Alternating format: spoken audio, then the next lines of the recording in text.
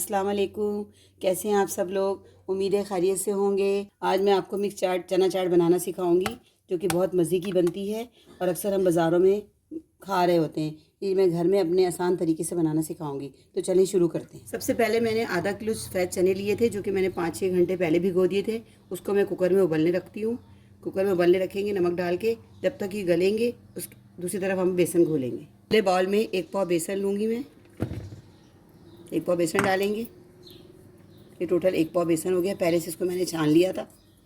अब इसमें मैं 1 टीस्पून कुटी हुई लाल मिर्च, 1 टीस्पून नमक, 1 टीस्पून सफ़ेद ज़ीरा और half tea spoon baking soda, baking powder नहीं, ये चारों चीज़ें इसमें डाल दूँगी।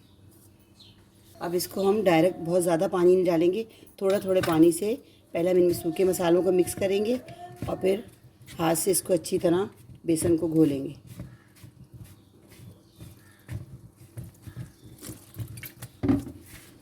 जो बेसन हाथ से अच्छी तरह घुलता है ना, वो किसी चीज़ से भी सही नहीं घुलता। इससे ये था कि इसमें कोई गुठली नहीं रहती है, कोई लम्स नहीं रहता इसके अंदर। जितना अच्छा हम बेसन को घोलेंगे, तो फेंटेंगे इसको, उतनी अच्छी फुल्कियाँ हमारी बनेंगी, बहुत सॉफ्ट बनेंगी।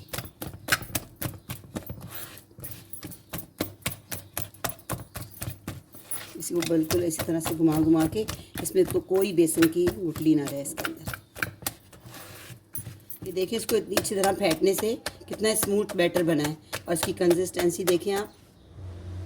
ये जब इस तरह रनी फॉर्म में आ जाए, बस इसको ढक के 10 से 15 मिनट हम इसे रेस्ट के लिए छोड़ देंगे, क्योंकि बेसन फूलता भी है। अब हम बेसन की फुल्कियाँ बनाएंगे। पहले मैंने तेल कढ़ाई में पहले से डाल के गर्म करने के लिए रख दिया था। मीडियम आंच पे इसे हम फ्राई करेंगे।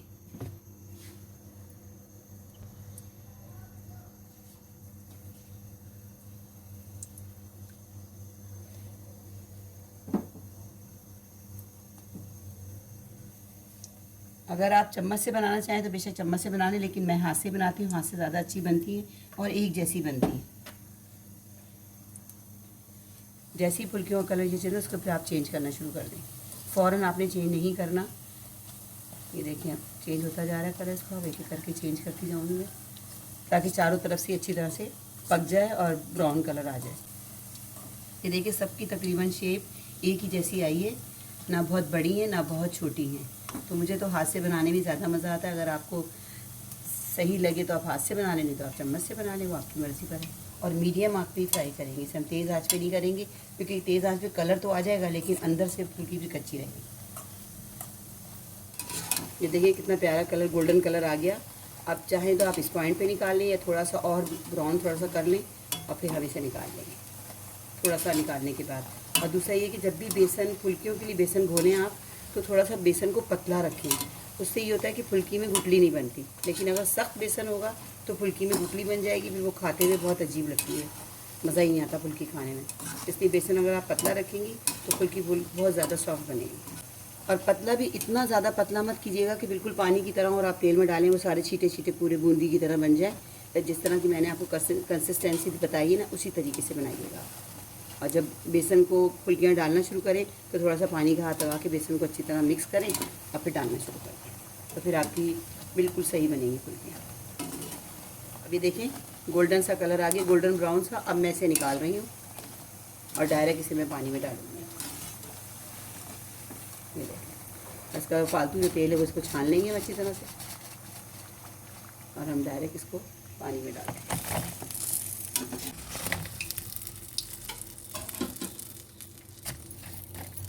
इतनी देर हम इसको भिगोएंगे इसमें कि सॉफ्ट हो जाए।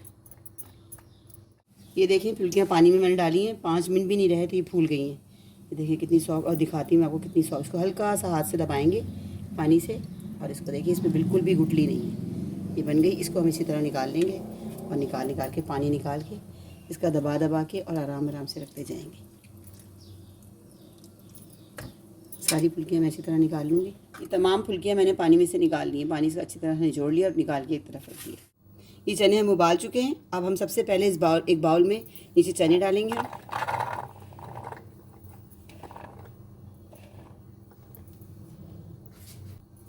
थोड़ी सी फुल्कियाँ रखेंगे।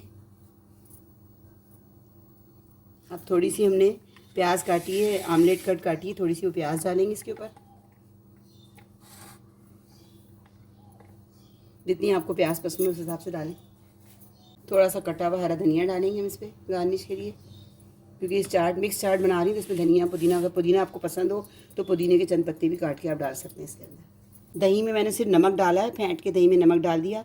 ऊपर हम दही डालेंगे, इसके ऊपर गाढ़ी गाढ़ी दही डालेंगे हम इसमें, ज़्यादा पतली नहीं करेंगे दही को। थोड़ी सी पापड़ी डालेंगे। पापड़ी बाज़ार में तैयार मिलती है, लेकिन मैंने ये जो मांडा पट्टी समोसों के लिए मंगाते हैं ये उसी की बची हुई थी, मैंने वो तल के डाली है। आप भी वो डाल सकती हैं, बहुत अच्छी बनती है और बहुत क्रिस्पी होती है। अब ये मैंने थोड़ा सा ज़ीरा और कुटी हुई मिर्चें, इनको खुश्क रोस्ट करके फ्राई पैन में ये वो मसाला डाला। ये दही बड़ों के लिए बहुत बेहतरीन मसाला। तो हम चाट मसाला डालेंगे, इससे ज़रा सी खटास भी पैदा होगी और टेस्ट भी इससे बढ़ जाता है चाट मसाले से। थोड़ा चाट मसाला डालेंगे इसके अंदर। आप अपने हिसाब से मसाले कम या ज़्यादा कर सकते हैं। और इसके ऊपर मज़ीद थोड़ी सी दही डालेंगे, थोड़ी सी खट्टी मीठी इमली की चटनी डालूँगी इसके ऊपर मैं, इससे बहुत मज़े की चाट बन जाती है। और थोड़ी सी ग्रीन पुदीने की चटनी, जो कि हम लोग अक्सर पकौड़ों के साथ बनाते हैं। एक बार आप इसे इस तरह मेरे तरीके से ज़रूर बनाइएगा, बहुत मज़े की चाट बनती है। इमली की चटनी मैं बना चुकी हूँ और उसका लिंक डिस्क्रिप्शन में दे दूँगी। और हरी चटनी भी बहुत जल्द आपको बना के मैं आपको इसकी रेसिपी दूँगी। हमारी मिक्स चना चाट तैयार है, एक बार इसे आप ज़रूर बनाइएगा, बहुत मज़े की बनती है। मिलते हैं नेक्स्ट वीडियो में नई रेसिपी के साथ। अल्लाह हाफिज़।